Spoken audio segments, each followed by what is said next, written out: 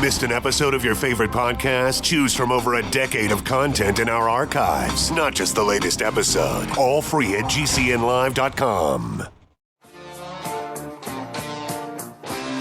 This is your call to action. Get prepared, America. Economy, survival, energy, disasters. This is USAPrepares.com. Informative radio, educational radio. Interact now by emailing instructor@USAPrepares.com or text at 434-390-7953. Class, please take your seats. Now, your instructor, Vincent Finelli. Everyone all set? Cocked? Locked? Well, you know, the sun's been shining ever since Hillary's disappeared off the radar. That's delightful. It really is delightful. And your dial set correctly to USAPrepares.com. Broadcasting 2 hours daily, Monday through Friday, from high atop the Missouri Ozark Mountains. If you'd like to call us, 866-582-9933. 866-582-9933. The listen line's working, or at least it was last time I checked. 605-477-3249.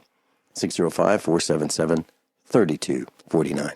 Captain John Regan's with us. Welcome, Captain John Regan. Good morning, Vincent. Hey, is it Monday? Already? Nasty rumor. You know, that's the opening line, class. When John and I chat, I'll call him up and I'll go, "Is it Monday already?" Hey, it's great to hear your voice. So, anything new that you want to share? Oh boy, I've got some comments about the election, but I'm going to hold off on that until the second hour because I want to use some of the things that we're going to cover during the first hour as a foundation. Sure. I'm ready when you are. Are you sure? I think so. I was at thefinancialstateoftheunion.com. Also, EZE33.com. That'll get you there as well. .org. Go to .org, EZE33.org. And you can follow along in class on the internet. So I'm ready. Okay. If you just scroll down a little bit to last week's post, there were some things we didn't get to in hour two that specifically were more spy tech related, and I wanted to catch up on those. And the first one is entitled New Sensor. And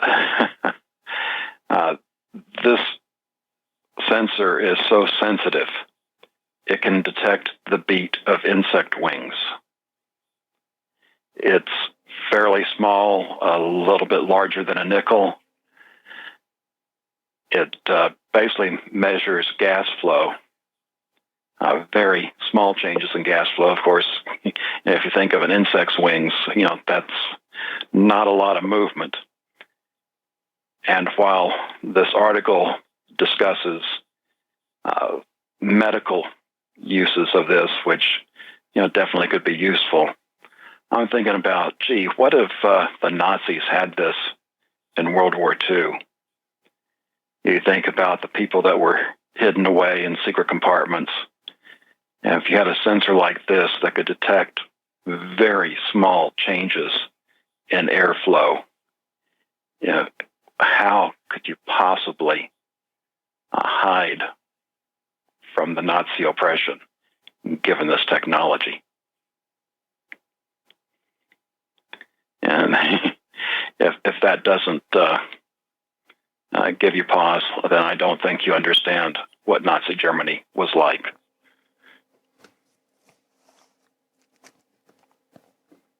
Well, I'm thinking about what you're saying, and I'm thinking about the spying that goes on. And I mentioned last week, John, that our smart meter stopped working, stopped transmitting. and we got an estimated bill which was about twice as high as it should have been. And I challenged, well, first of all, Mrs. Finelli challenged the electric company. I was really impressed that she stood her ground with the electric company, but she got nowhere. And so I made a phone call to the electric company, and, you know, in the standard Colombo model, I just, you know, I want to help. I just don't understand so many things.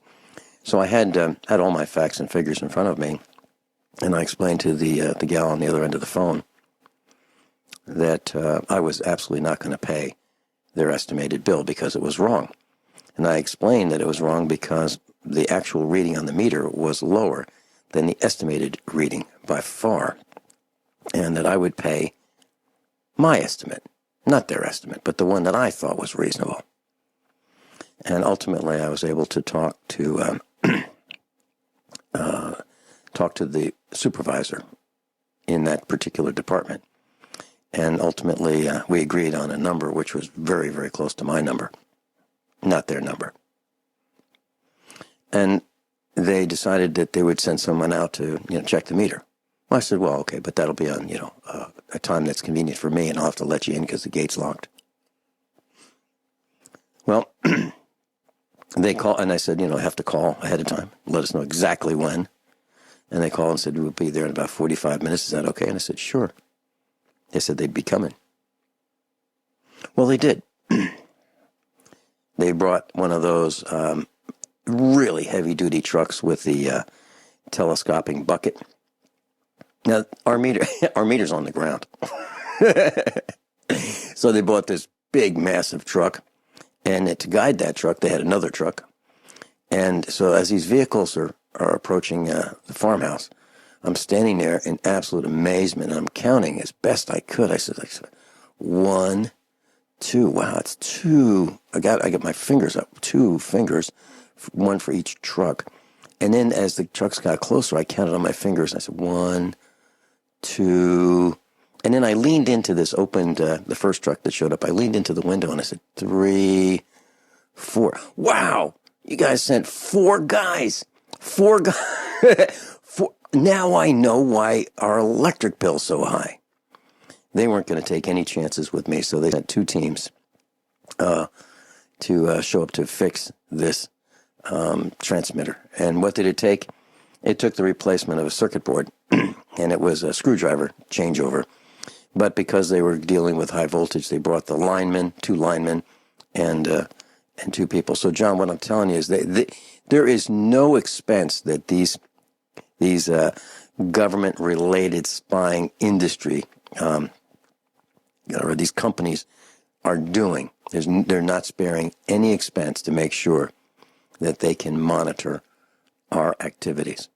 So you are absolutely, positively correct that we should be concerned about the spying. But we had it our way, and I asked them to replace the meter with an old-fashioned analog meter, and they said they couldn't do it. Bottom line is we're being spied on every way you can think of, and they do not want to miss a beat, so they're willing to send 2 trucks. Now, these are 2 brand-new trucks. I mean, whatever happened to the days when, there was cost-effectiveness? And, I drive a vehicle at 12 years old. 12 years old. I have another vehicle that's 16 years old, 17 years old. Our tractors are from the 1980s, even the 1970s. We even have a little tractor that's from the 1960s, and we use them. And we make our equipment last. I guess we can do things that these corporations can't do. We can take care of our equipment. Back to you, John. Well, right below that is diamonds are forever. Yeah.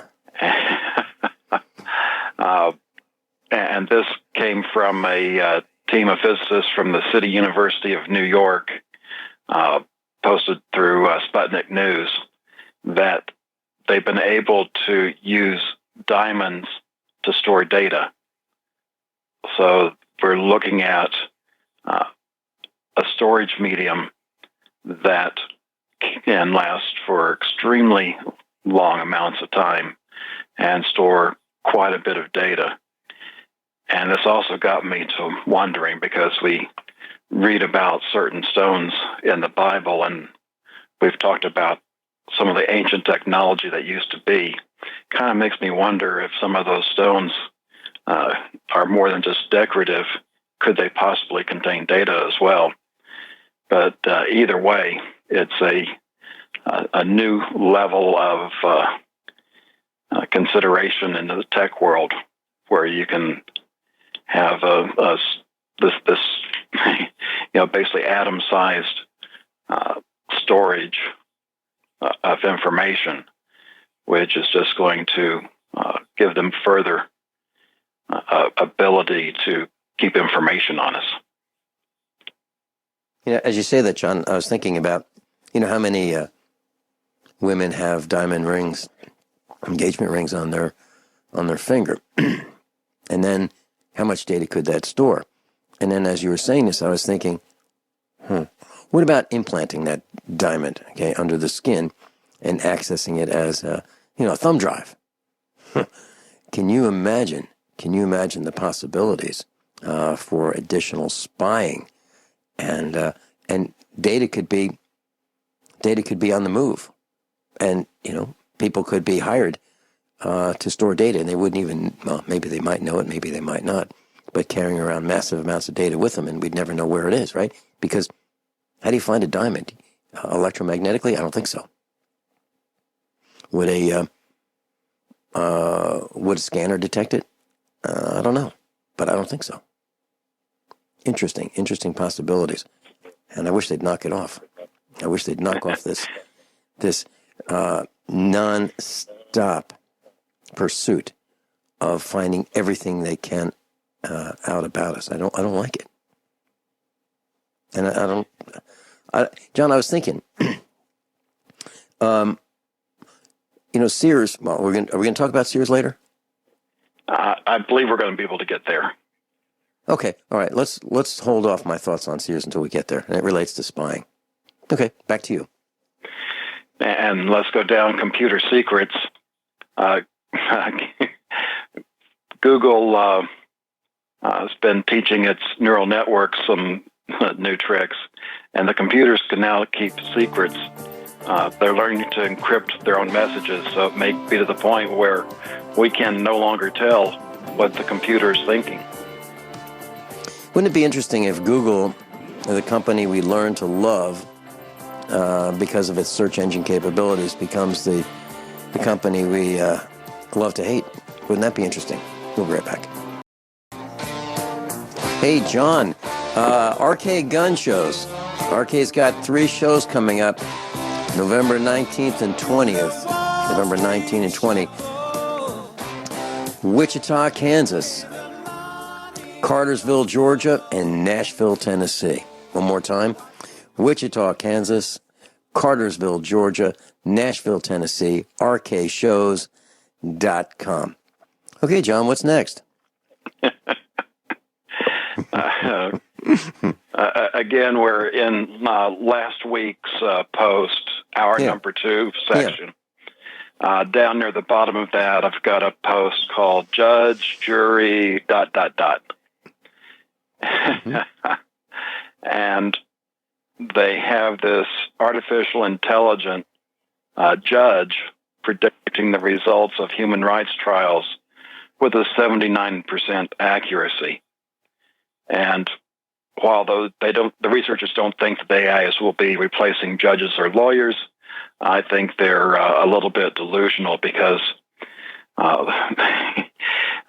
all of these professions that are nice, high-paying positions right now, the doctors, the lawyers, the CPAs, where they're working with more information that is also changing much faster than humans can keep up with. Those are ideal to be replaced with artificial intelligence that don't have to sleep. They have the capacity to research these thousands upon thousands of regulations. And then you add in, the machine can't be bribed. They don't have emotions, so they can't be swayed. They're going to be impartial. So I really believe that we will be seeing these artificial intelligences replacing judges and lawyers sooner than people would like to believe. So, John, we actually shift the bribing from the judges to the programmers, right? We bribe the programmers. The programmers tend not to have very much control over these AIs. They set them up to where they learn on their own. And from that point, right now, the best you can do is pull the plug. You don't really get to go in and change programs much in the way that we're used to writing programs. Now, you could go in, you still got the bribery side on, the making of the laws. However, I can also see where we would replace Congress with artificial intelligence. That almost seems like an oxymoron there, especially given representatives like Sheila Jackson Lee, but let's not diverge. But you could have the computers determining, what is good law and what isn't.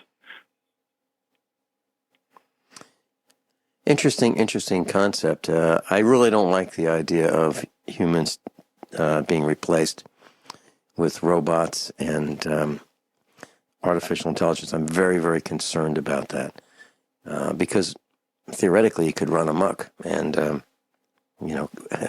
we could be at their mercy, or at its mercy, I should say, and have to pull the plug. Interesting thought. And at the bottom of hour 2, years without a battery. And this comes out of work being done at the University of Cambridge. Engineers designed ultra-low power transistors that could function for years without a battery. And in reading the article, they'd be able to put these types of transistors on just about any kind of material, from glass to plastic, polyester and paper. So you can imagine where they could plant these processors to do their dirty work, not even need a power source. And to give you an idea of just how effective these are power-wise, the quote is, if we were to draw energy from a typical AA battery based on this design, it would last for 1 billion years. Mm-hmm. And that brings to mind something that happened in elementary school back in the 60s with batteries. I'll tell you about that and how it relates to us as humans and how we can generate electricity for these devices. We'll be right back.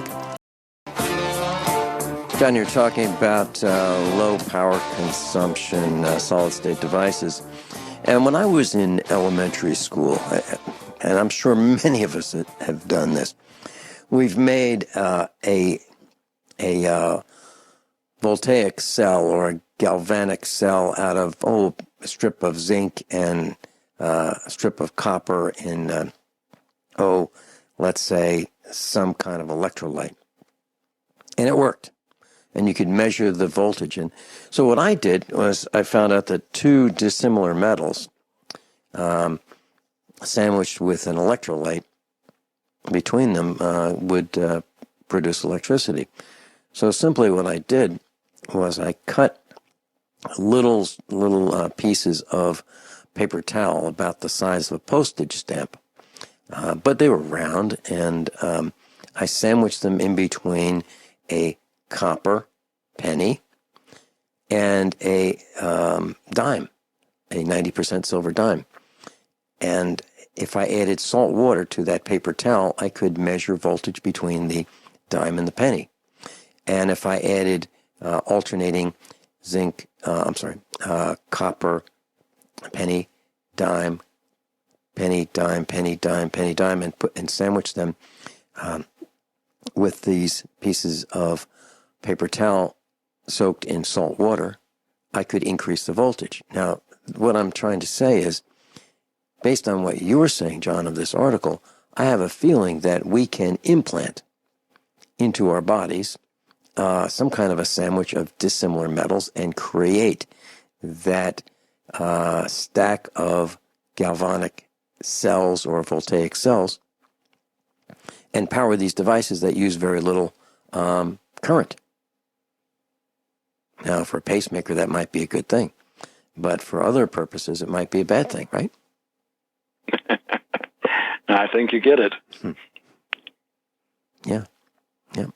So now we don't have to worry about that double A cell or that triple A cell or that 9-volt battery or the C-size battery, the D-size cell or C-size cell. Well, we can make our own. And how long would it last? Well, as long as we last. A lifetime. Whatever that may be. Man, I'm a little concerned about that. However, there were some great strides when we went from the vacuum tube, which consumed an enormous amount of power and generated a considerable amount of heat, down to the solid-state devices, which did not use anywhere near the amount of current or power and did not generate anywhere near the amount of heat. So we made some strides, but now I think we're talking about getting down to body-based batteries or body-based cells to power these devices. I'm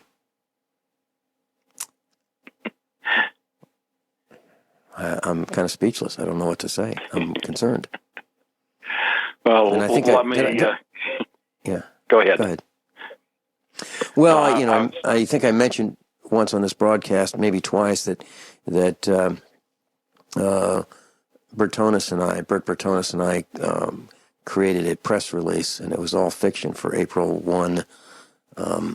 Fool's Day, 1980, and we sent out this press release to a lot of major publications that we invented this thing, and it would let you communicate. It was an interface. You just plug a computer into your interface connection. Maybe it was on your arm, but we never really said where it was. That you could participate, be an actor in a movie, and this interface would let the device, let's say a computer,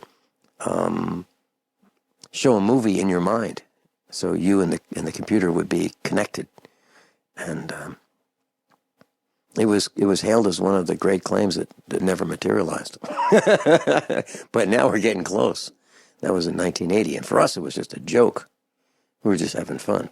A couple guys with too much time on their hands. Back to you. Well, I just wanted to quickly make a comment for those that were listening during the commercial break. 5-Star Soap, which is Cal-Ben, which is based out of California. I've been a customer of theirs for probably about a decade now. I've really liked their products, and just wanted to pass along that this month they do have a special on their shampoo for just $26 a gallon. And this is concentrated, so you don't have to use as much of it as you would ordinary shampoo. So it's good stuff. The only caveat I'd say is if you're one of those people that don't like coconut, you would not like the shampoo because it is based off of coconut oil and does have a coconut aroma. But we're very happy with it, and I just wanted to pass that along for anybody who wants to take advantage of it. Yeah, this is what you're doing is not a commercial. This is an endorsement, right? That's correct. Yeah. John, how long will a gallon of shampoo last you and your wife? It's less than a year because, Becky has long hair and I've been going with a beard, so we're having to use more than what we used to. If you order their year supply of soap, you get a gallon in that. And it just depends on how your family uses things, how long the soap and the bar soap and the dishwashing soap and the laundry soap lasts. But I have not found a product in their soap line that I don't care about. Mm-hmm. Okay, and how do you transfer it into another bottle in the shower or the tub? What do you do? Because a gallon would be unwieldy. You're right. It comes with a small bottle I don't remember. Probably holds 12 or 16 ounces. Okay. So you put it in that, and it's got the top that you flip, and so it's more like an ordinary shampoo bottle at that point. Okay. Very good. Well, before we leave last week, I do want to touch a little bit on the employment section, because they came out with the latest lies before the election, and I want to talk about the part-time wins link. Multiple job holders hit 21st century high as full-time jobs plummet. They were expecting to get about 173,000 jobs. Instead, it only rose by 161, but because they took 5 million people out of the workforce, they were able to lower the unemployment rate to try to get Hillary elected. And going back to the September household survey, the number of part-time workers increased by 430,000 as full-time workers declined by 5,000. In October, which is what this last report was, another 103,000 full-time jobs were lost and had a 90,000 increase in part-time jobs. Of course, this is all given to us courtesy of Obamacare. Hopefully some of that will get reversed early next year. And at least maybe a little bit of the pain will start to be eased. John, are you seeing some sunshine in Texas? Because literally it's been more sunny than before the election. Are you noticing that, or is it just me in our neck of the woods? Well, it's I think a lot of people, except the young that don't know any better because of their indoctrination, are happy about the way things went. Unfortunately, it doesn't change a lot of things, and like I say, I want to hold off till next hour to get into that. But I think people, for the most part, are happy the way things are, and I'm sure we're not going to be totally thrilled with everything that the new administration does, but I do believe that we're not going to be attacked as much as we have for... No, I meant, what I was saying is literally, it's sunnier. I mean, I'm looking out the window right now, and it's bright and sunny. Right. Well,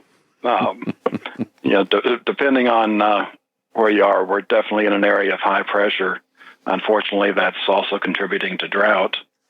And we're looking at some unusual temperatures this week, going up to even 80 degrees. Mm-hmm. So, this is the middle of November. It's supposed to be cooling down, and it looks like it will be, but there's also been a change in the weather pattern where it looks like we're getting a La Nina this year, which means that the south is looking to be dry, and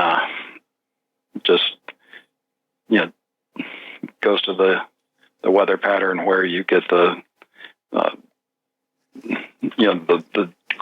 dryness where you don't want it because it needs water, and you're getting other places that are warmer, which can start messing with agriculture. So, like pretty much everything, there's a trade-off. Mm-hmm. Yeah, the reason I say that is I was doing a Hillary maneuver yesterday afternoon. I was on the old tractor, and I was going around in circles spreading manure. And, I was... and I was having a good old time with this chain harrow pulling it behind the tractor. It's 10 feet wide. It's way too small, and I'd like to have a bigger one, but I don't know how I'd get it through a gate. But, I was enjoying the sunshine. I had just a hooded fleece jacket on and a pullover, if you will. And it was great being out there. It really was. And this is November, and it's kind of unheard of for having this warm of weather here in November. We just turned the heat on a couple of days ago, and I don't mean on a lot. I mean just barely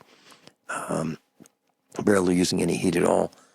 And I don't remember it being this warm and at this time in November in my entire life. So there's something to this global warming, absolutely, positively, at least from my perspective. Captain John Regan, I'll be right back. If you'd like to follow along with us, thefinancialstateoftheunion.com or eze33.org. We'll be right back. Captain John Regan's with us, thefinancialstateoftheunion.com. John, there's a post, Drudge Report, China fires its first warning shot, warning iPhone sales will suffer if Trump starts a trade war. And so Donald Trump has talked about a tariff on Chinese imports. And so Apple phones are made in China. And where are we going to get our Apple phones? Well, as a matter of fact, it doesn't affect me at all. Not at all. And wouldn't that be nice if we started manufacturing products in the United States because of a tax on imported goods, and that will bring the jobs back to the United States. Wouldn't that be nice? Well, unfortunately, like we talked about last week, we had an example of a factory that came back, and instead of employing hundreds of people, I believe it was about a dozen that it employed for its 7-day-a-week schedule. Right, robots, right? Managing the robots, the AI. Mm-hmm. That's going to be a problem. And, we'll be talking about Sears when we come back from going into hour number 2. What's next? Well, we could probably get into that right now. Get into this week's resources. The first 3 links under financial have to deal with retail. We have Sears looking to have problems because suppliers are concerned that Sears, which also has Kmart, could go into bankruptcy, so they're not wanting to ship as much product for their Christmas inventory. You have Macy's, who had net income fall by 87%, and it's the 7th straight quarter of declines in both profits and sales. And Fossil, they're looking at closing stores after a 70% profit loss. And I'm not sure any of these old-style companies are going to make it. They were late to the e-commerce table, and they really don't have anything to offer. Yep. And I think that maybe some of these brick and mortar companies are suffering because those of us who understand the spy technology don't want to go into malls. We don't want to go into Sears. We don't want to be on camera from the minute we drive into the parking lot and travel through the store and buy whatever we may end up buying from them. And there's another thing, and that is the tax. If we can. In Springfield, Missouri, and in the surrounding area, the tax is 8%, around 8%. And who wants to pay 8% sales tax on something from a store when you can have it shipped and maybe pay less in shipping than you would in tax? Who wants to go to a store anyway? And the surveillance is a problem. And I think that maybe some of these brick and mortar stores ought to start fighting back about the surveillance and the tracking of customers through their credit card purchases, through their tracking of people's movements with their cell phones within the malls. These are reasons why I'm not interested in going shopping at a mall or at Sears. And John, I went, had a few minutes. Our son was with me, and I thought, you know what? Let's go into Sears. So we stopped at Harbor Freight first. Needed to get a tool for a job we were doing, and a specialty tool. Went into Harbor Freight, looked at the wrenches and their sockets and a lot of their tools. And then we went into Sears, went into the tool department, the Craftsman tool department. And what did we see? It looked like the wrenches, the Craftsman wrenches that have a very distinctive pattern. distinctive size, distinctive shape, distinctive stamping, were replaced. Many of them were replaced with these tools that looked exactly like the Chinese factory tool outlet, which is Harbor Freight. That's my term for Harbor Freight tools. The same tools. I believe they're identical. And instead of saying Pittsburgh, which is a Harbor Freight brand, they say Craftsman. And I looked at some of the individual tools hanging on the rack, and some of them are made in Asia. We're talking Craftsman, Asian manufactured Craftsman tools. Sears has lost their way. Why would anybody spend more for a tool that comes from Sears than getting it someplace else for less and having the same tool? Why would anybody do that? Especially when they have the same guarantee. Sears has lost its way. We'll be right back. Everyone all set, cocked, locked? Hour number 2 of USA Prepares. Captain John Regan's with us. John Regan, I'm looking at a sign that says, "Welcome to the Utah Data Center." This is where they store information about us. And then below the welcome to the Utah Data Center, it says, "If you have nothing to hide, you have nothing to fear." Where have we heard that kind of language before? Mm-hmm. Yeah. And Yeah.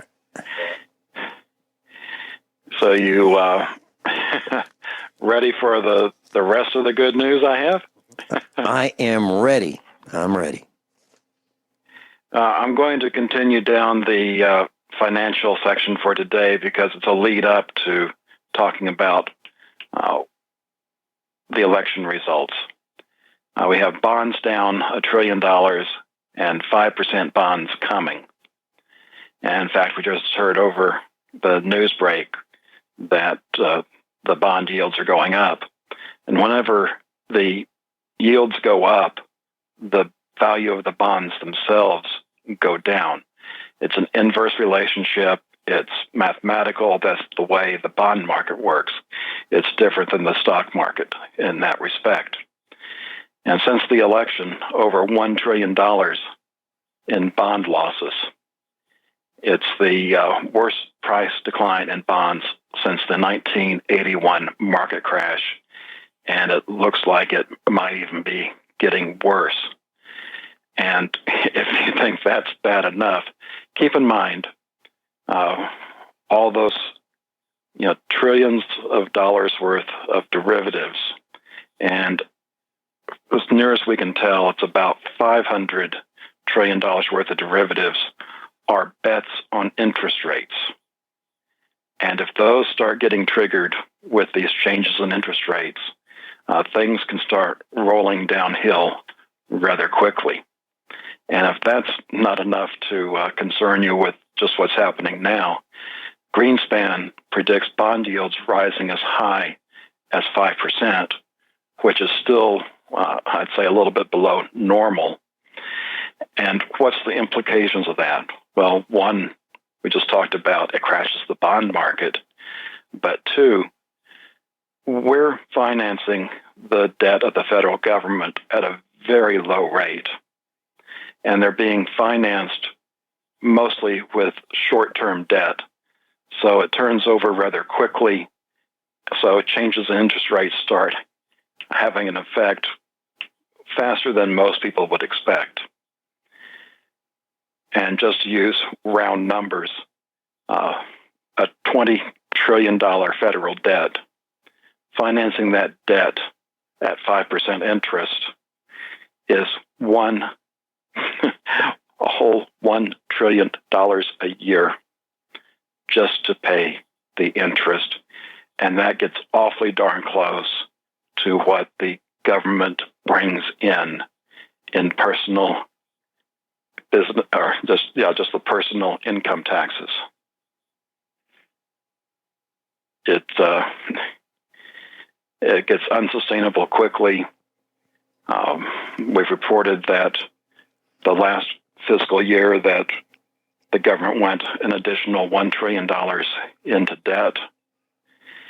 And it's not just that debt. It's like I say, we have several $1 trillion that comes up for renewal. So it's not just $1 trillion they're having to finance for the year. It's several trillion, and that doesn't even count the trillions in business debt that is rolled over. So if the credit market seizes up or even just increases interest rates, that has a big ripple throughout the entire economy. I was thinking about Sears, John. Yeah, I was thinking about Sears. And Sears is concerned about getting inventory for Christmas. And if they're concerned about getting inventory for Christmas, if the cost of borrowing money goes up, Sears suppliers would probably be reining in some of their inventory, not letting Sears have it on credit, right? Wouldn't that happen? Which would just make the situation even worse. And that's just one small example, right? Right. Mm-hmm. Okay, so raising interest rates is bad for sales, isn't it? Well, it's a double-edged sword because they went so low with interest rates that did great damage to the pension funds. Now, if you just try to raise the interest rates back to a normal level, that's good for the pension funds, but ends up being bad for the rest of the economy. It's a tangled web, and this is some of the joy that you get in taking a finance course. Yeah, I wanted to get a refund on mine, 6 years worth. Okay, what's next?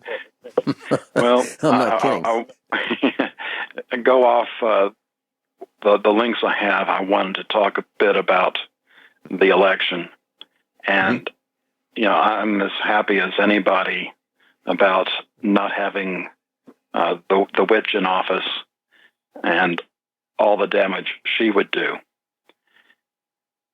But there is nothing that Trump can do to stop the financial collapse. It's like I've been saying for years now. It's like you're driving. I guess you can get in the picture in your mind of the Thelma and Louise scene where the car's heading towards the edge of the cliff. And you get to a point that no matter how hard you slam on your brakes, you're still going to go over the cliff. And while I wish I guess there would be an alternative, but it would take such a change in lifestyle and people, including Christians, deciding to do things God's way, which I don't see happening. And especially I think for those of us that remember the 50s, 60s, 70s, 80s time frame, we can't go back to an America like that. I kind of wish we could. It wasn't perfect, but there were a lot of things that were a lot nicer than what we experience today. And besides that, we've got demographics changes, which is even tougher to talk about without having visuals. And to try and go back, yes, that situation's hopeless. To try to go forward without a financial collapse, no, we can't avoid that. And I think that's why we're here at USA Prepares, because we want to try to give you education about what you can do, at least for your family and those you love. And, like I said, I wish we could do better, but let's look at what has not changed. One thing that hasn't changed is the unfunded liability problem of Social Security and Medicare. If you look at the financial report of the United States, the auditors will not sign off on the unfunded liability section because it doesn't conform to GAAP, generally accepted accounting principles.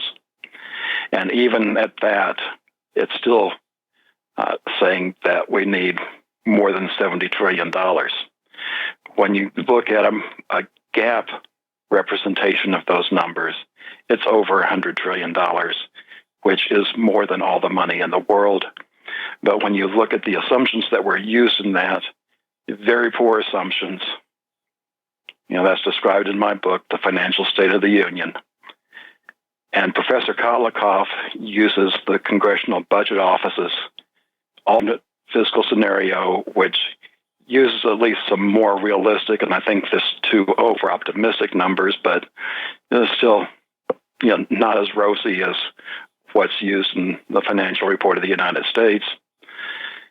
And Professor Kolikoff comes up with a number that's over 200 trillion. In fact, his last report was 206 trillion.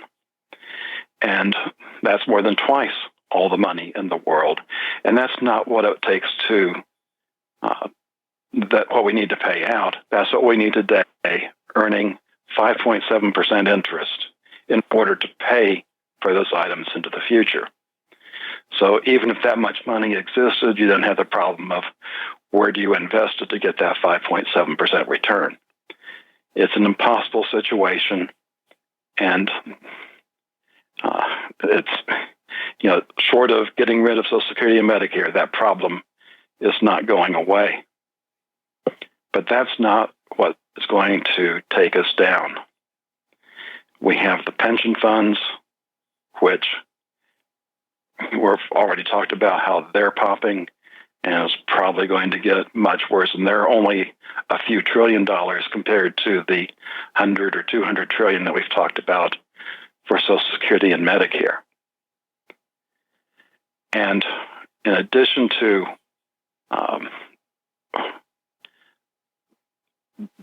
what's listed for Social Security and Medicare, no matter which one you're using, the 100 trillion or 200 trillion, neither one of those takes into account the job losses that's coming because of robotics and artificial intelligence.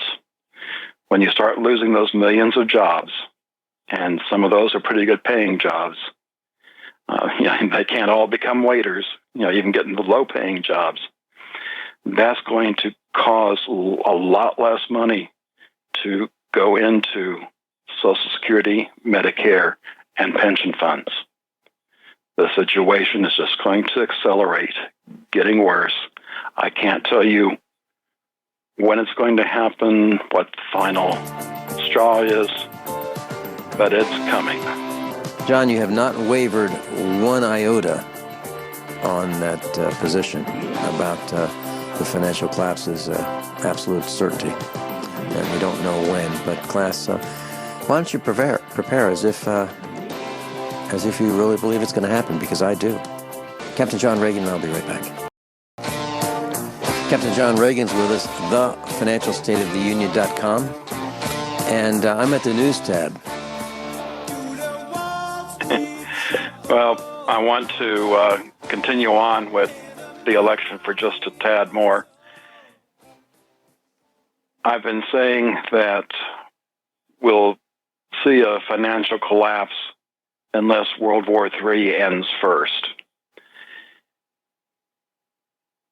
And that still hasn't changed, but some probabilities have changed because of the election. Had Hillary won, I think it would be very likely that we'd be going to war with Russia, because Trump is coming in.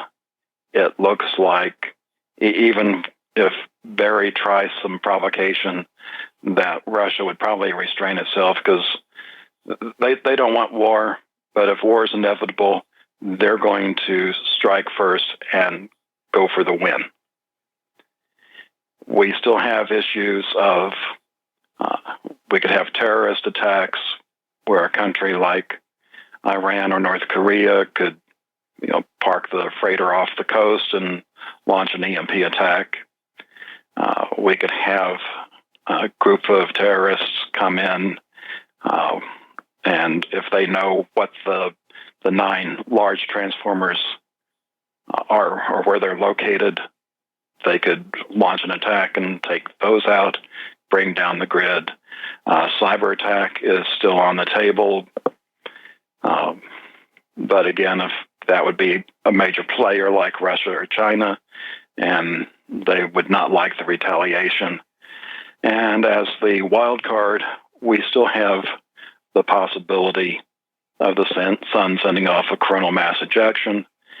And just as a reminder, the Carrington event occurred during a solar minimum, and that's what we're going into. So we're not totally out of the woods on the grid down side of things, but it does reduce the odds of that happening, at least in the near term. Now, that brings up the other side I've talked about. If we don't have grid down, then we get an expansion of all this lovely technology that we've been talking about. So when the financial collapse comes, how likely is it that a President Trump would go to war to divert the attention from the problems? I think he's less likely to do that. I think he'd be looking at ways of trying to have international agreement to combat the bad economic times.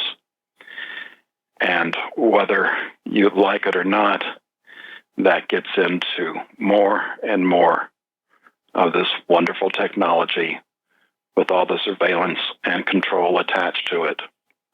And even if by some miracle we could get the Congress, the President, and the courts of the United States to ban the use of technology for the purposes that we don't like, that still leaves the rest of the world with the technology. And as we're finding out, it's getting to be into smaller and smaller packages, which makes it easier and easier to bring into the country and deploy.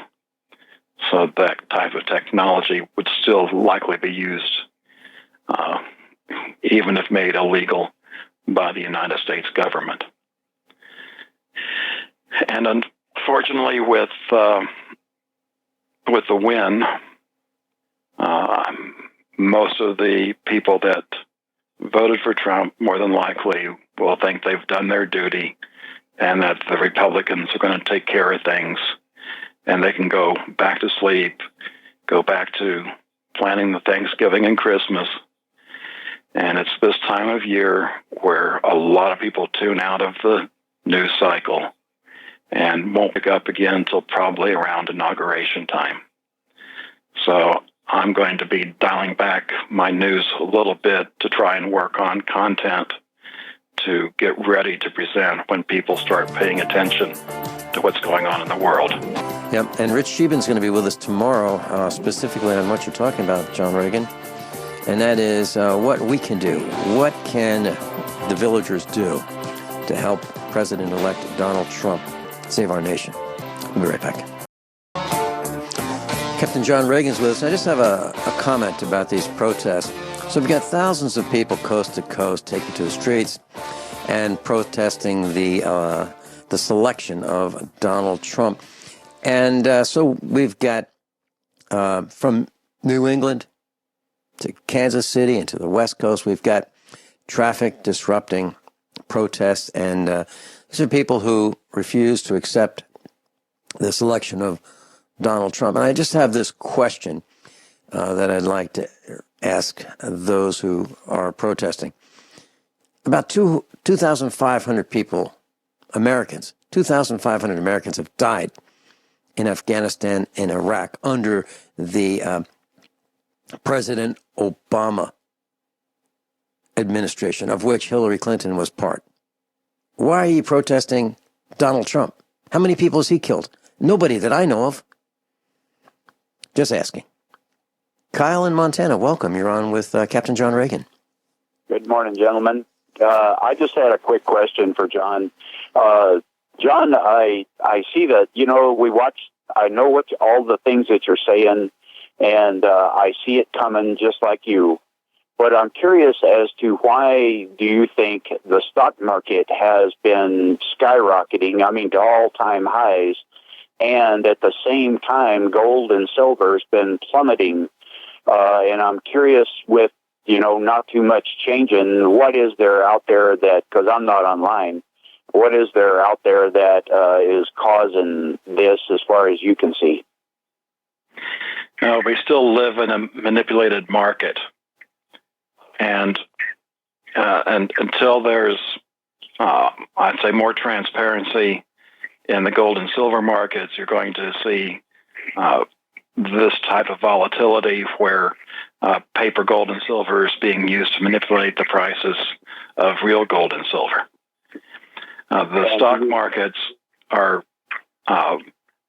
looking ahead, and there's some expectation, especially with the belief that interest rates are going to go up, that there will be another round of QE. And when you look at the past, that QE has gone into propping up the stock market.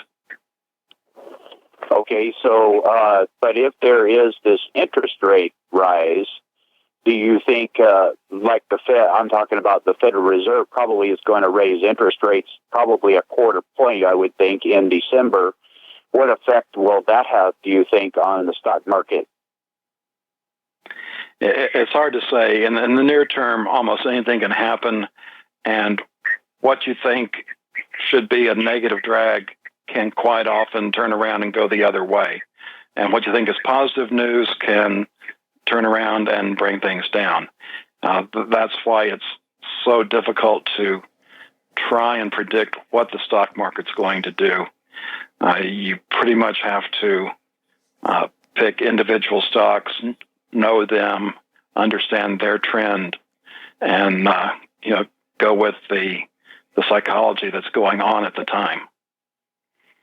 John, also there's a general trend, a flight toward safety in perilous times, and one of those trends would be to move toward precious metals during those times of danger. And there is an illusion that there's not much danger anymore, right? Because Donald Trump has been selected. And I think that's part of it. Do you agree? I believe so.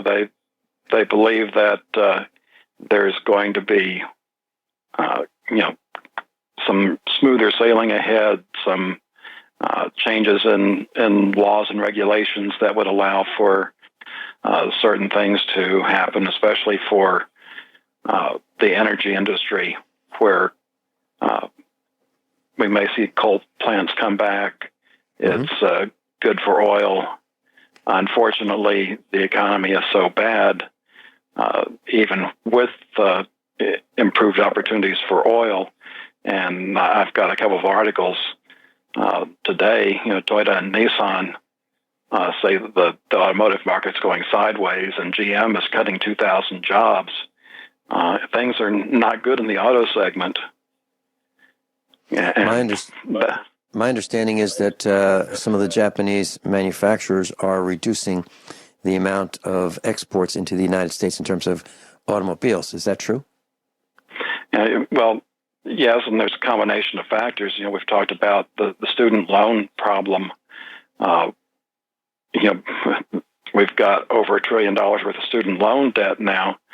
And then we also have the graduates either not finding jobs or not finding jobs in their area, and they don't have the money that previous generations had.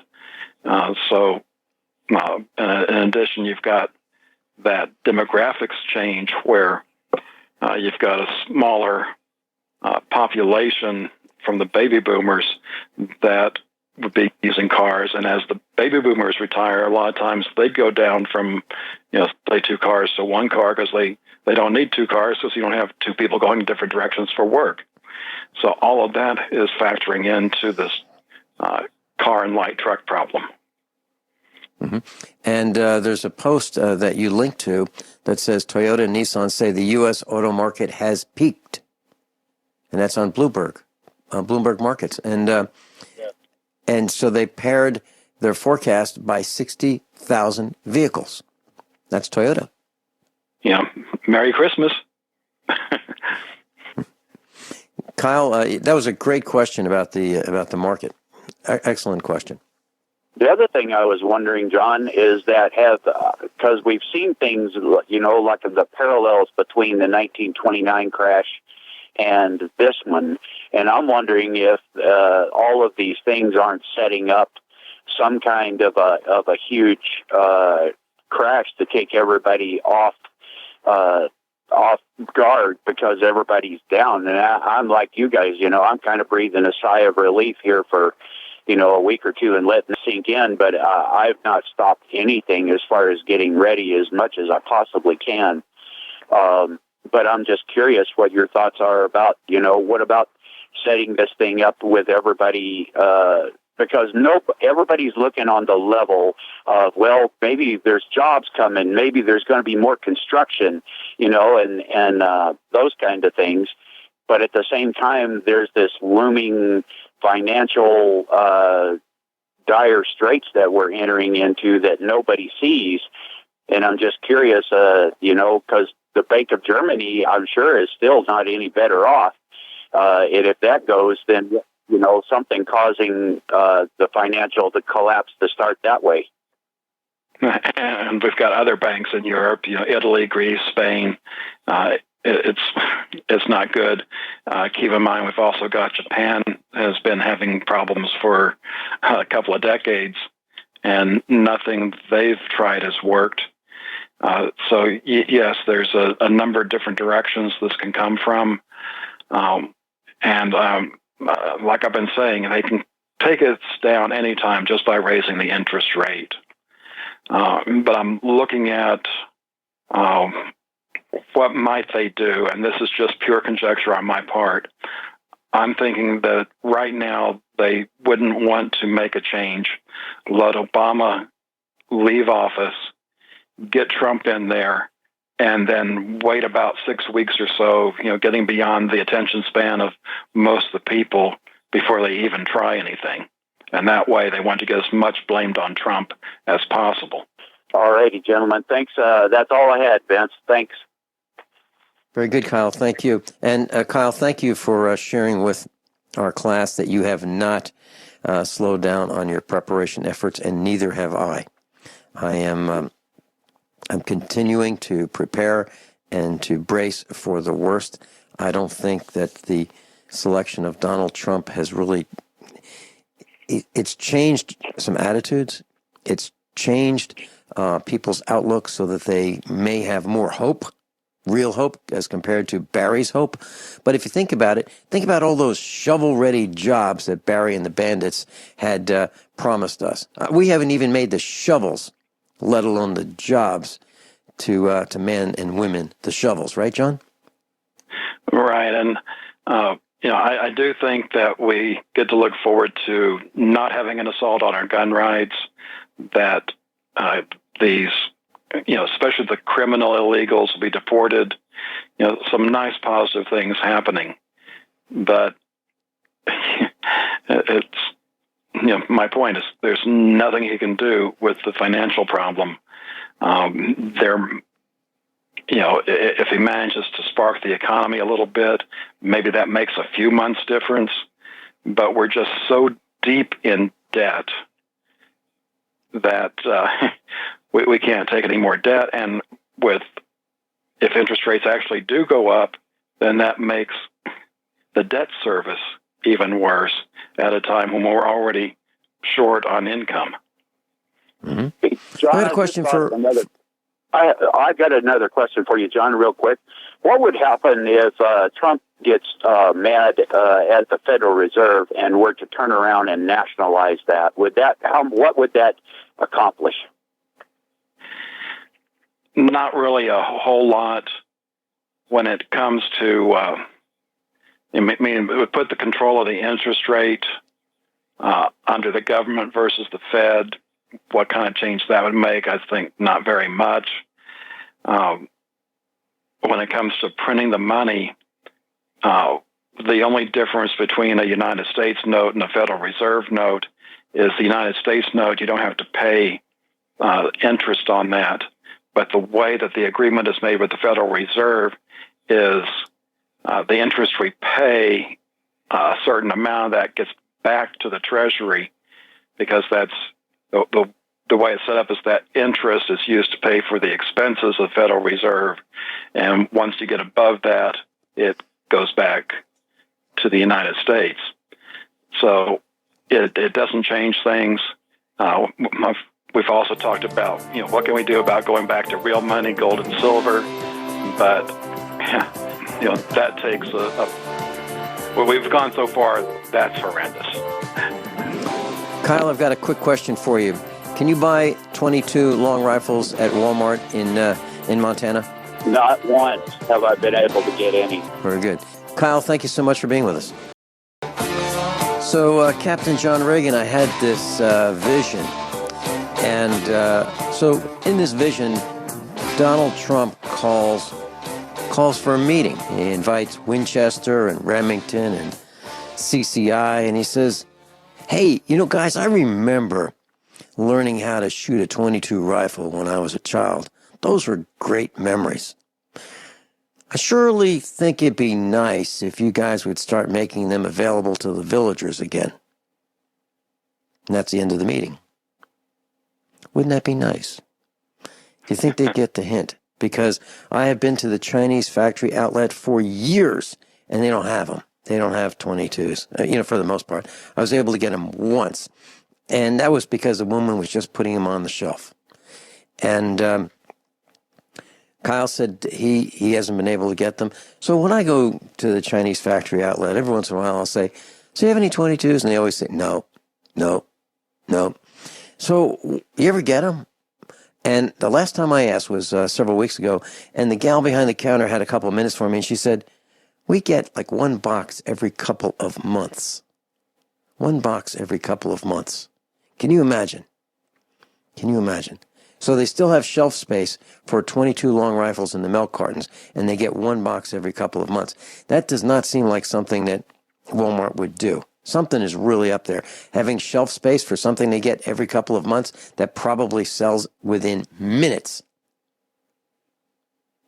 does not sound like a good use of shelving space, because there's something up there, and I still don't know what it is. John, back to you.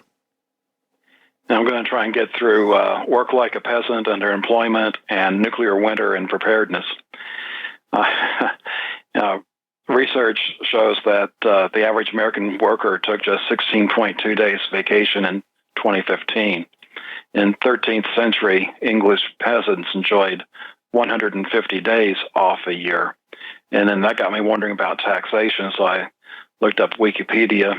By the middle of the 13th century, tax on movable property had become fixed by convention at a 15th, which would be 6.6% for those in the country, and a 10% for those living in towns. Today, government spending is more than 35% of GDP, and we know that GDP is much more than what income is. So something higher than 35% of our income goes to feed the government today. The peasants had it good. And to get into nuclear winter, and this article references a recent study, which is from April of 2014. Our eyes have been fixed on Syria and Ukraine as possible starting points, and there's another one that is going on that doesn't get as much media attention, and that's what's the tensions between Pakistan and India. And what happens if there's a limited nuclear war, just 100 nuclear warheads used, that'd be, basically say 50 from each side. Well, this says that there would be years' worth of cooling, which would be devastating to growing crops, and an increase in radiation because depleting the ozone layer, which would be devastating for plants and animals.